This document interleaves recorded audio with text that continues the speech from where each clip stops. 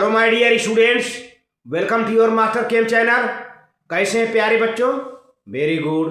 तो आज मैं Amla Shankar Yadav master chem channel की तरफ से क्लास 12th के बच्चों को aldehyde, ketone and carboxylic acid chapter से प्यारे बच्चों ले आया हूँ वीडियो फॉर्मेशन ऑफ एस्टर, यानी reaction between alcohol and carboxylic acid, reaction between alcohol and carboxylic acid, reaction between phenol and carboxylic acid, इसी से तो एस्टर बनता है। अच्छा, इसमें हम यहाँ पर मैकेनिज्म की भी बात करेंगे।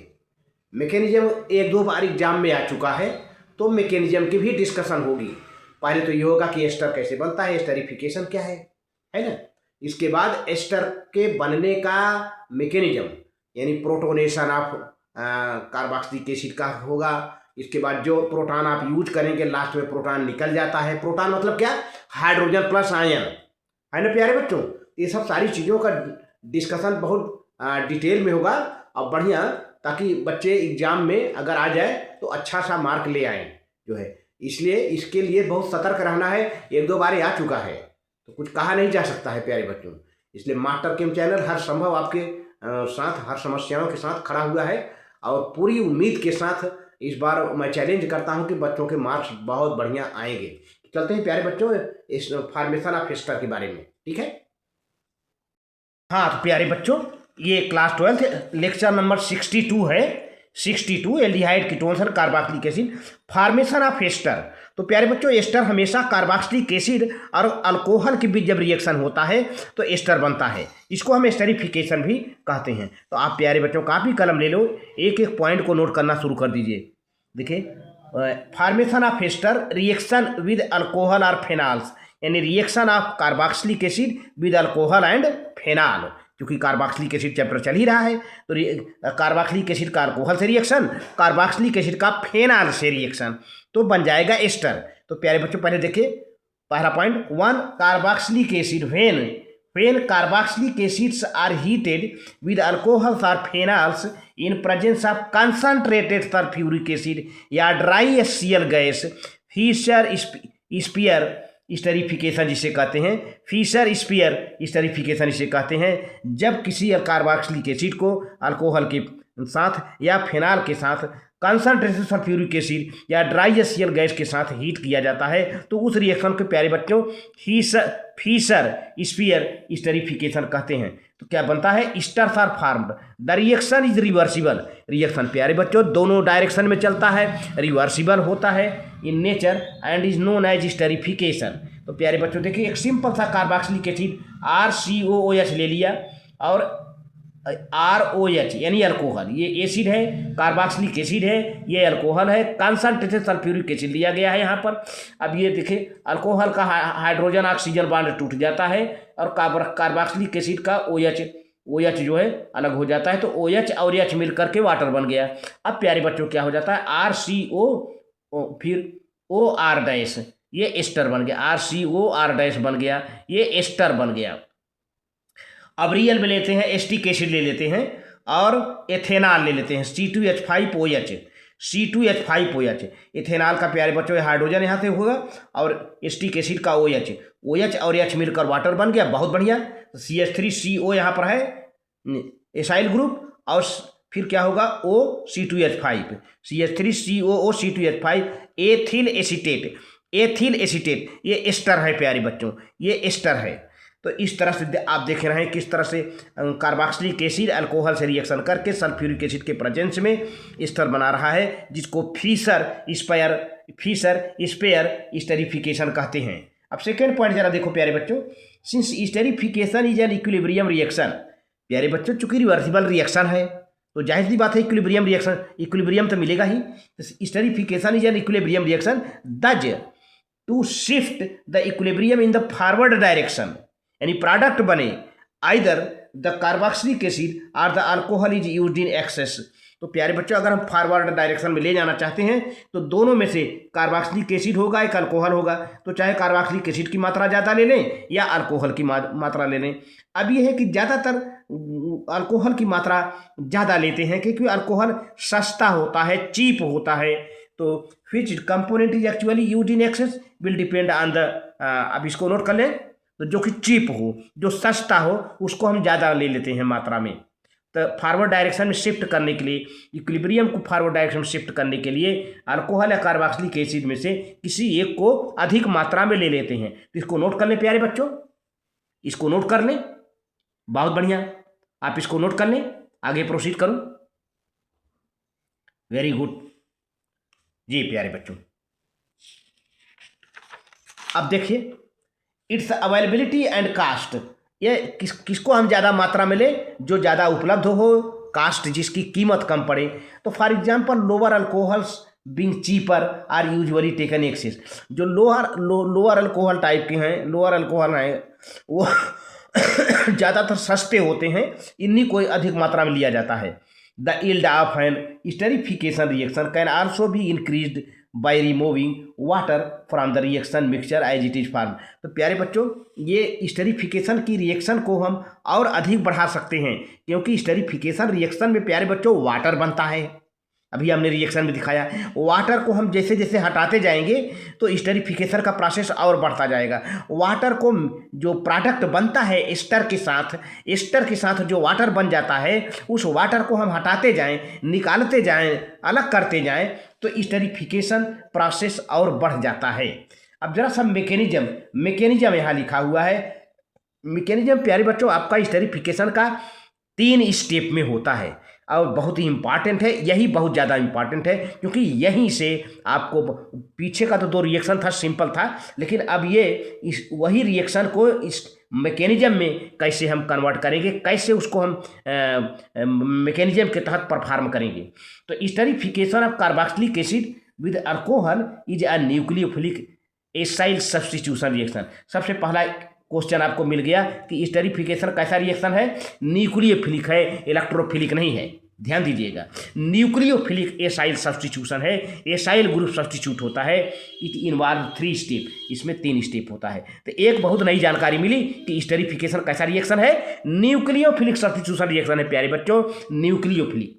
तो चलिए 3 स्टेप में चूंकि होता है, तो पहले स्टेप में प्रोटोनेशन ऑफ कार्बोनिल ग्रुप होता है। पहले स्टेप में ध्यान दीजिए, स्टेप 1 में क्या होता है वो लिख दिया गया है, protonation of carbonyl group. Carbonyl group को प्रोटॉन मिल जाता है, मतलब हाइड्रोजन प्लस आयन मिल जाता है और ऐड हो जाता है। तो देखिए, in the presence of mineral acid जैसे सल्फ्यूरिक एसिड या hydrogen chloride, the carbonyl group of the carboxylic acid accepts a proton to form protonated carboxylic acid structure number 1। देखिए ये कार्बोक्सिलिक एसिड है प्यारे बच्चों, RCOOH यानी कार्बोक्सिलिक एसिड है। यहाँ ऑक्सीजन पर 2 लोन पेयर इलेक्ट्रॉन है और यहाँ पर रिवर्सिबल का चिन्ह है, एक हाइड्रोजन प्लस है, मिनरल एसिड से हाइड्रोजन प्लस है प्यारे बच्चों। अब ये हाइड्रोजन इसका ऑक्सीजन का लोन पेयर इलेक्ट्रॉन ले करके इस पर बॉन्ड बना लेगा। तो ऑक्सीजन पर प्यारे बच्चों यहाँ पर एक प्लस चार्ज आ गया, ऑक्सीजन पर प्लस चार्ज आ गया, थोड़ा दूर लिखा हुआ है, कोई दिक्कत नहीं, आप ऑक्सीजन पर समझिए, है ना। तो ये हो गया प्रोटोनेटेड कार्बोक्सिलिक एसिड हो गया फर्स्ट, ये प्रोटोनेटेड। अब इसमें OH तो था ही, अब एक यहाँ H जुड़ गया, तो इस तरह से डबल बॉन्ड के साथ, तो ये प्रोटोनेटेड कार्बोक्सिलिक एसिड है। अब इसका प्यारे बच्चों क्या होता है, देखिए यहाँ से जो डबल बॉन्ड है, यहाँ से लोन पर इलेक्ट्रॉन, चूंकि प्लस चार्ज यहाँ जनरेट हो गया, तो लोन पर इलेक्ट्रॉन यहाँ चल देता है, यहाँ पाई इलेक्ट्रॉन चल देता है, लोन पेयर नहीं, पाई इलेक्ट्रॉन चल देता है, पाई इलेक्ट्रॉन यहाँ प्लस को पूरा करने के लिए। तो अब ये कार्बन पर प्लस चार्ज आ गया। अब देखिए ऑक्सीजन पर एक लोन पेयर था पहले से, एक और आ गया, ये हाइड्रोजन है, देखिए अब सिंगल बॉन्ड हो गया, अब कार्बन प्लस चार्ज हो गया, इस तरह से कार्बोकैटायन बन गया प्यारे बच्चों। ये देखिए ध्यान दीजिए, तो प्रोटोनेटेड कार्बोक्सिलिक एसिड का ये जो कार्बोकैटायन बन जाता है। अब इसी कार्बोकैटायन पर ये एक तरह से इलेक्ट्रोफाइल हो जाता है, ये जो कार्बन है इलेक्ट्रोफाइल है, इलेक्ट्रॉन लविंग ग्रुप बन जाएगा, क्योंकि प्लस चार्ज है ना, यहाँ पर कोई इलेक्ट्रोफाइल आके अटैक करेगा प्यारे बच्चों, है ना। तो सॉरी, ये न्यूक्लियोफाइल अटैक करेगा यहाँ पर, ये कार्बन पर प्लस चार्ज है तो कोई न्यूक्लियोफाइल अटैक करेगा, और कार्बन खुद इलेक्ट्रोफाइल हो गया, कार्बन इलेक्ट्रोफाइल हो गया, इलेक्ट्रॉन लविंग ग्रुप हो गया कार्बन प्लस, और इस पर जो अटैक करने वाला है वो न्यूक्लियोफाइल होगा, न्यूक्लियोफाइल अटैक करेगा। न्यूक्लियोफाइल कार्बन पर प्लस चार्ज है इसलिए इस पर न्यूक्लियोफाइल अटैक करेगा, जो कि दूसरे स्टेप में हम डिस्कशन करते हैं प्यारे बच्चों। Step 2 nucleophilic attack by alcohol molecule, बात आ गई ना। दूसरे स्टेप में अल्कोहल मॉलिक्यूल एक न्यूक्लियोफाइल के रूप में इस कार्बन पर अटैक करेगा। Nucleophilic attack by alcohol molecule as a result of protonation the carbonyl carbon becomes more electrophile. Protonation के दौरान देखिए जो प्रोटोनेशन हुआ ना तो कार्बोनिल कार्बन काफ़ी इलेक्ट्रोफाइल हो जाता है, इलेक्ट्रोफाइल हो जाता है ना, जिससे पर न्यूक्लियोफाइल अटैक कर सके। मोर इलेक्ट्रोपॉजिटिव एंड इलेक्ट्रोफाइल को मतलब मोर इलेक्ट्रोपॉजिटिव हो गया and hence readily undergoes nucleophilic attack, और आसानी से इस पर न्यूक्लियोफिलिक अटैक शुरू हो जाता है bye lone pair of electrons on the oxygen atom of the an alcohol. Alcohol में जो ऑक्सीजन एटम होता है उस पर लोन पेयर इलेक्ट्रॉन होता है, वही अटैक कर देता है। देखिए कैसे होता है प्यारे बच्चों। To form a tetrahedral intermediate, जो इंटरमीडिएट बनेगा कैसा होगा, टेट्राहेड्रल प्यारे बच्चों, टेट्राहेड्रल होगा। ध्यान दीजिए ये भी साइज आप जानते रहिए जो आ रहा टेट्राहेड्रल। अब देखिए ये कार्बन प्लस चार्ज है जो कि इलेक्ट्रोफाइल का काम कर रहा है।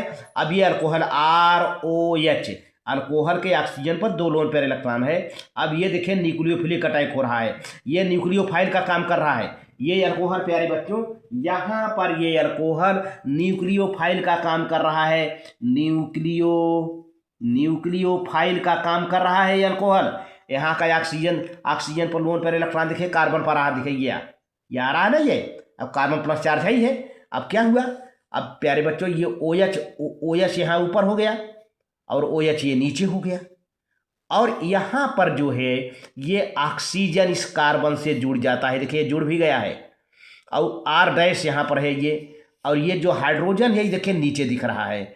अब ऑक्सीजन पर चूंकि पहले 2 लोन पेयर इलेक्ट्रॉन थे, एक लोन पेयर ने बॉन्ड बना लिया यहाँ पर, तो अब यहाँ पर ऑक्सीजन प्लस चार्ज आ गया जो कि मोर इलेक्ट्रोनिगेटिव एलिमेंट है, इस पर प्लस चार्ज आ गया, और एक लोन पेयर इलेक्ट्रॉन बचा हुआ है। अब ये टेट्राहेड्रल इंटरमीडिएट सेकेंड है प्यारे बच्चों, ये इसका स्ट्रक्चर सेकेंड हमने नाम दिया है यहाँ पर, टेट्राहेड्रल इंटरमीडिएट सेकेंड हो गया।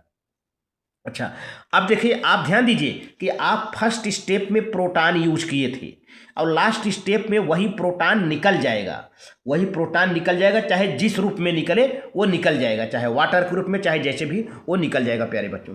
तो थर्ड स्टेप क्या है जो कि लास्ट स्टेप है, loss of A molecule of water and proton, water और प्रोटॉन का लॉस होगा तो एस्टर बन जाएगा। तो अब देखिए ये तो सेकेंड स्टेप में बना है, ये सेकेंड स्टेप में बना है। अब इसी को हम ले आएंगे यहाँ पर। पहले देखिए द टेट्राहेड्रल इंटरमीडिएट सेकेंड मतलब ये अंडरगोज अ प्रोटॉन ट्रांसफर, ये टेट्राहेड्रल इंटरमीडिएट प्रोटॉन का ट्रांसफर करता है to give another tetrahedral intermediate third, proton का ट्रांसफर कर देगा तो तीसरा टेट्राहेड्रल बनेगा। देखिए सेकेंड तो है ही है, अब ये ट्रांसफर करने के बाद तीसरा टेट्राहेड्रल इंटरमीडिएट बनेगा। During this proton transfer the OH group gets converted into OH2+, OH group जो है इसमें कन्वर्ट हो जाएगा OH2+, ये जो OH2 ऑक्सीजन प्लस है group, which being a good leaving group, जो कि एक अच्छा लिविंग ग्रुप होता है, तो is lost as a neutral water molecule the protonated ester thus formed. तो लास्ट में जो है ये जो अच्छा लिविंग ग्रुप है ये एक्चुअली लास्ट में बदल जाता है वाटर मॉलिक्यूल में, न्यूट्रल में, और फाइनली लूजेज ए प्रोटॉन।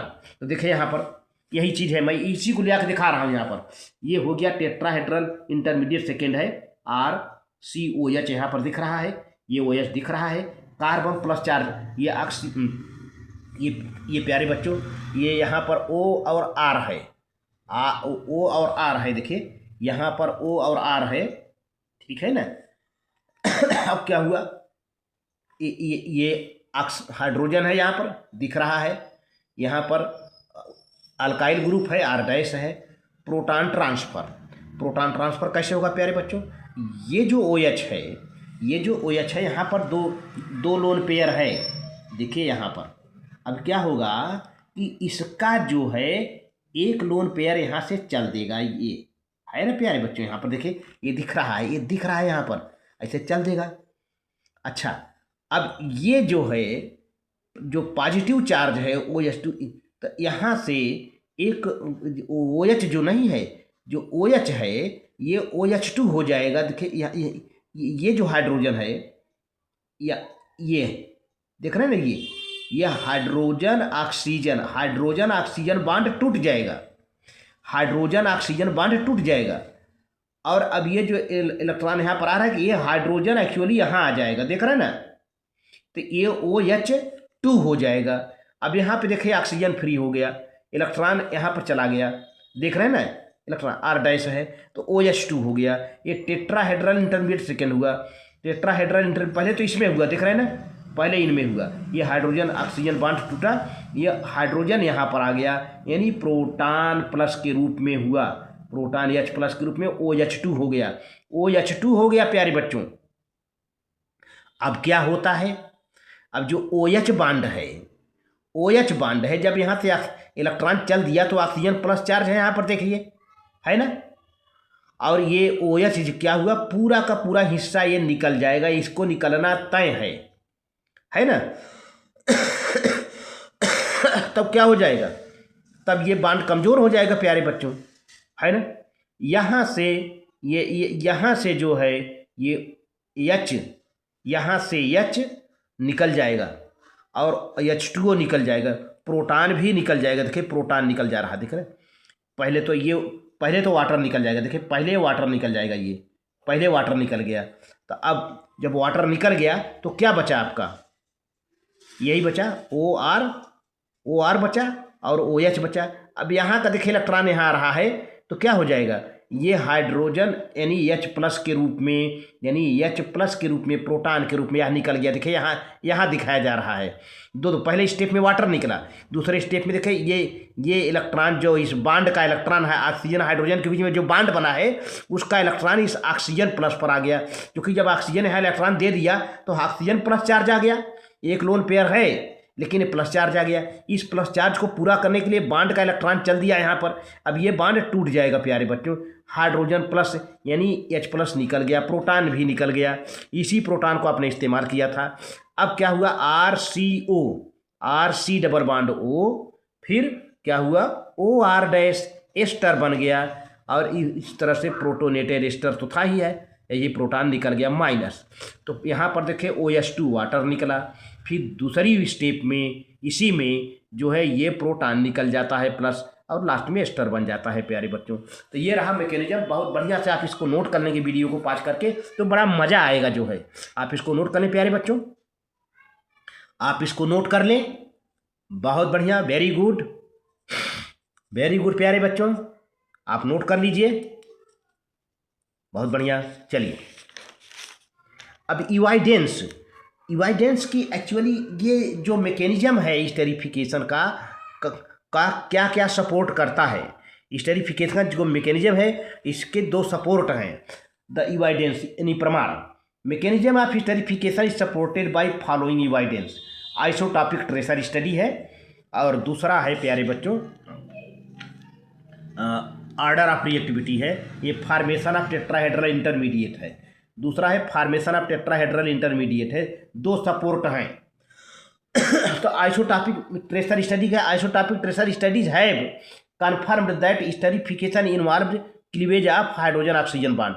तो आपने देखा है अभी लास्ट में हाइड्रोजन ऑक्सीजन बॉन्ड टूटा स्टेरिफिकेशन में ऑफ द अल्कोहल मालिक्यूल का, जो इसको इस्तेमाल करते हो आप, अल्कोहल मालिक्यूल के हाइड्रोजन ऑक्सीजन का बॉन्ड टूट जाता है, एंड कार्बोक्सिलिक ग्रुप का CO और OH बॉन्ड टूट जाता है, ये OH और अल्कोहल का H मिलकर के वाटर बन जाता था, एसाइल ऑक्सीजन जिसे कहते हैं, एसाइल ऑक्सीजन।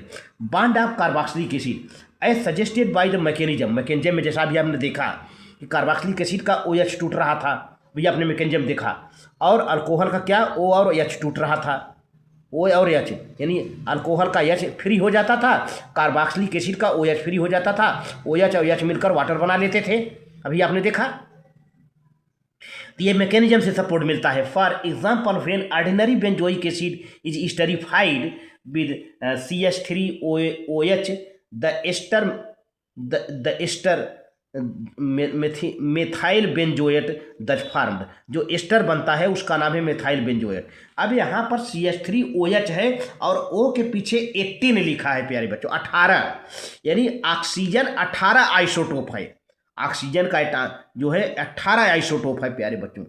तो ये लिया गया है। ओनली द ऑर्डिनरी ऑक्सीजन है, देखिए C6H5CO OH CH3OH, O के ऊपर 18 लिखा है। 18 ऑक्सीजन 18 वाला आइसोटोप है, ऑर्डिनरी ऑक्सीजन है।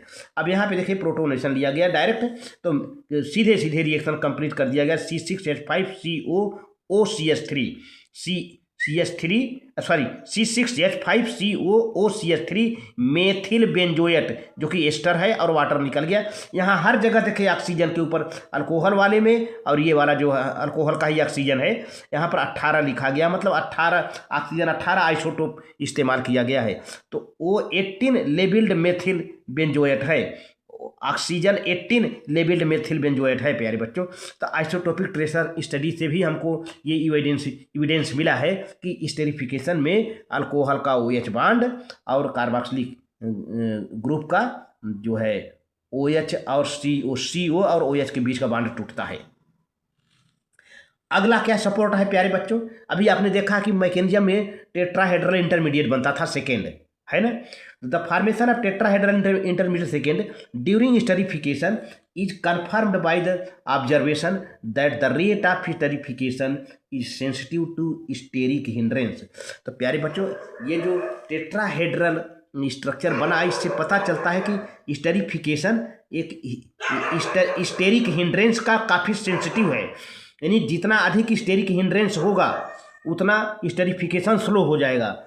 As the number of size of substituent around the COH group or the OH group in the alcohol increases, the rate of esterification slows down। बात तो सही है भाई।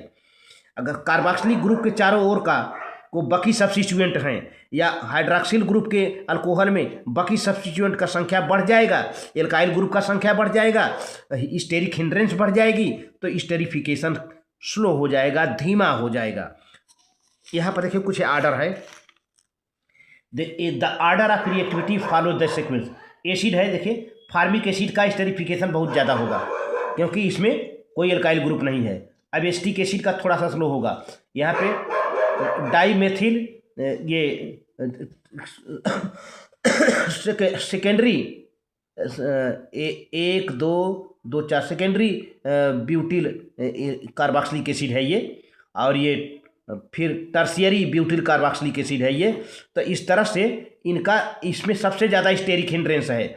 3 मिथाइल ग्रुप हैं, 2 methyl group हैं, 1 methyl group है, कोई methyl group नहीं है। तो सबसे ज़्यादा जो है स्टेरिफिकेशन फार्मिक एसिड का होगा। अब अल्कोहल में देखा जाए 1 मिथाइल ग्रुप है।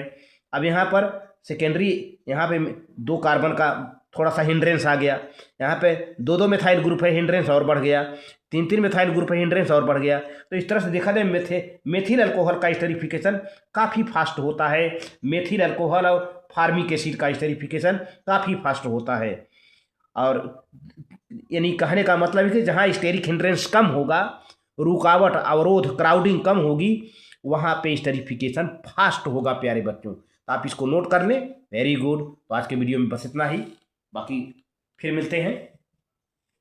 वेरी गुड प्यारे बच्चों, बहुत बढ़िया, आप नोट कर लीजिए इसे।